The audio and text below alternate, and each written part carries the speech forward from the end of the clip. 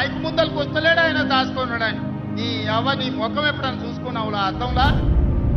వేడమూర్తి బోడిలింగం, నువ్వు కూడా నా గురించి మాట్లాడతావా? నీవెంత, నీ స్థాయి ఎంత?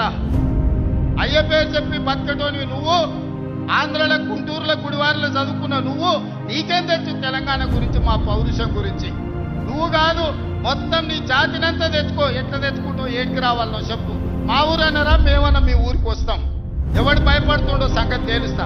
వెనకటికో చంద్రశేఖరరావు గారు, తారక రామారావు గారు, హరీష్ రావు గారు, దయాకర్ రావు గారు, ఇట్లా చెప్పుకుంటూ పోతే వినోదరావు గారు, కుక్కట్పల్లి కృష్ణారావు గారు, రాసి పెట్టుకో.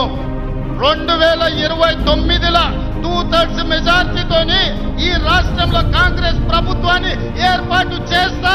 ఇదే నా సవాల్. శాతనైతే కాసుకో బిడ్డ. నీ రాజకీయం ఏందో నేను చూస్తా. నేను రాజకీయం చేసినంత కాలం ఈ కల్వకుంట చూసేటోళ్ళు కాలకుంట విషం లాంటి కేసీఆర్ కుటుంబాన్ని అధికారులకు రానివ్వాలి. ఇదే నా శపథం, ఇదే నా శపథం.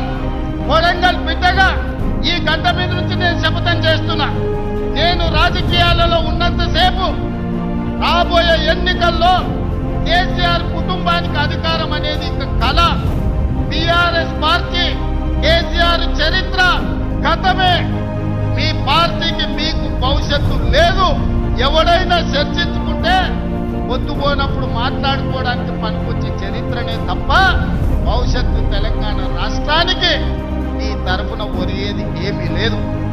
టిఆర్ఎస్ కేసీఆర్ గతమే, తెలంగాణ భవిష్యత్తు కాంగ్రెస్. మీ గత చరిత్రతోని ఈడ ఒరిగేదేం లేదు. వెనకటికెవడో అన్నాడంట, మా తాతలు నేతులు దాగినరు, మీరు వచ్చి మా మూతులు నాకండి అని. అట్లా ఉన్నది.